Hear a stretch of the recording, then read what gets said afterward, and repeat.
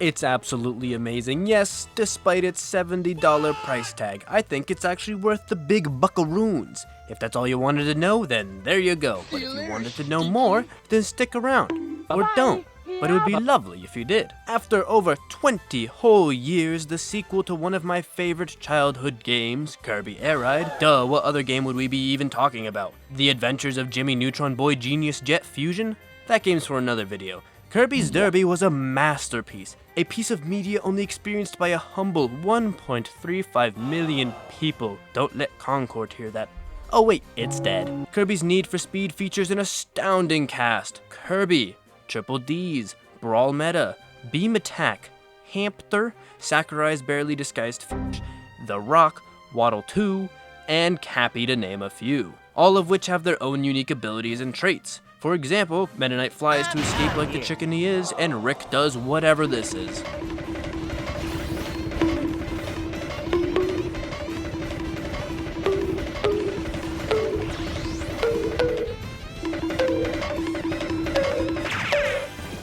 Not only is the cast mainly gluppos, which might I add is a good thing, there are as well a variety of unique vehicles: the Warp Star, the Where Am I Going Star, the I'm Going Nowhere Star, the Corn Star, the Snore Star, the Boar Star, and of course I gotta mention the Flight Star, Wheelie Scooter.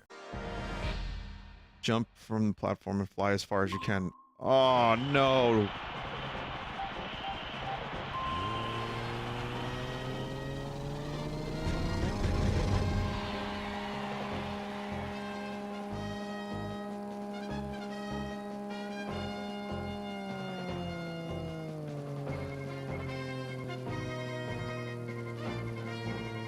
What? Why am I able to do this?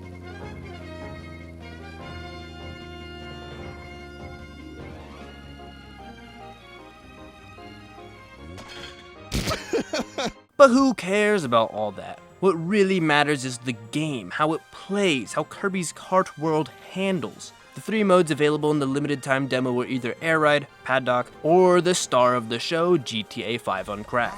Air Ride offered a simple 3 tracks to race on, all of which being new to this game, but rest assured the full game will have 18 tracks, 9 of which returning. And now you might be asking, Val, that's less than Mario Kart World, and even that got repetitive with the intermissions. How can Kirby possibly survive with only 18? To that I say, this isn't Mario Kart World. This is in a league of its own. You can make a star-shaped man dive headfirst down a waterfall, plunge into it, and then continue the course like nothing even happened. Can you do that in Mario Kart? I thought so. Of course you can't. Kirby wins, no competition, it's a massacre. And this soundtrack, mwah, give Sakurai a big ol' kiss on the forehead for approving this masterpiece for what is Mount Wario, but if it was fall.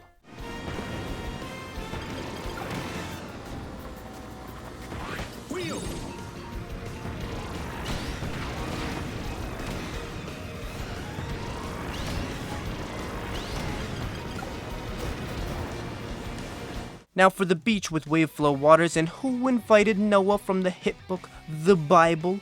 Alright, just the presentation alone on this level. Mwah, another kiss on Sakurai's forehead. Remember in Mount Amber Falls when you could skadoosh down into the waterfall and all? Well, here you can just say screw you, Noah, and enter the water anyways. They could have simply made the water walls solid, but no. Why would they take the obvious route? This is Kirby's Hog Rider. For the last and least of the 3 but still peakest Flora Field, and why it's the least is you could already play it without participating in the limited time event. So we already knew what it was like, being near pure euphoria and just the colors alone, and Meta Knight CPU being so bad, you can beat him by doing absolutely nothing on the second lap. I think Meta Knight should have his license revoked. I did literally nothing the whole second lap.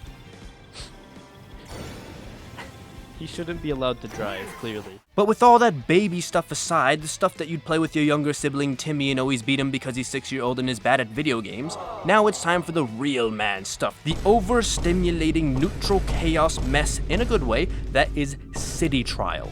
City Trial in the original was the bread and butter of Kirby Air Ride, and if you didn't like it, you were publicly exiled from your local community. But that never happened, because nobody dislikes City Trial. You're lying if you say you do. While City Trial in the original game could get chaotic, it typically was still manageable enough, only being hard to control if you were using the Flight Star or the Dragoon with high flight stats, but Kirby's All-Stars card is a whole new beast.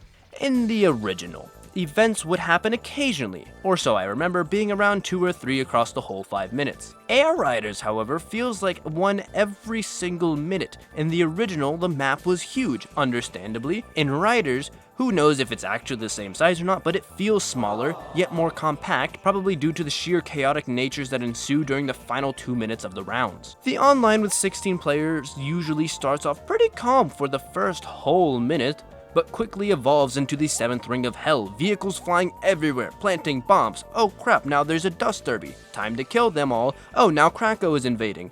There's a secret vault opening. Somebody broke your car. Meteors are falling. All while going Mach 10 around a small island. It's the most dopamine-inducing chaos I've ever experienced. And this isn't even everything that can happen in the game. Not all the vehicles, characters, events, stadiums. This is going to be the greatest game ever cooked up in the history of kart racers. One moment you're driving, people drive by waving lasers, someone is now gigantic, now everyone's tiny, and you still haven't found your favorite vehicle yet, all happening within a short 5-minute period. I cannot stress how stressful in a good way this is. Not anger stress, not Chef Ramsay stress, the sitting on the edge of your seat suspense you get from your favorite show that's about to have a plot twist kind of stress, but for 5 whole minutes every single time you play. Sakurai, another 3 kissies for you. Mwah, mwah, and mwah. I do have a few minor gripes about Air Riders, but the pile of W's versus L's is not even close. But for those curious, it's very minor, but in the original, there was only one stadium and it was random. And there was a hint on what it would be, so you needed to prepare accordingly, and yes, I know the hint could lie sometimes. But in Kirby Cross Worlds, you can kinda just do whatever build you want, then pick whichever of the 4 you'd know you'd perform best in. But it's such a small minor gripe that honestly, more people will appreciate this change than people will dislike it. Which I don't dislike it, it's just different. It makes it so there's 4 possible winners instead of just 1 to top them all, but it's not that bad anyways. Now, some of you might be asking, what sort of stupid game challenges could you possibly do in Kirby Air Riders? I don't know. There are a few obvious ones that come to mind, but since when did I do the obvious and normal challenges? That's the neat part. I don't.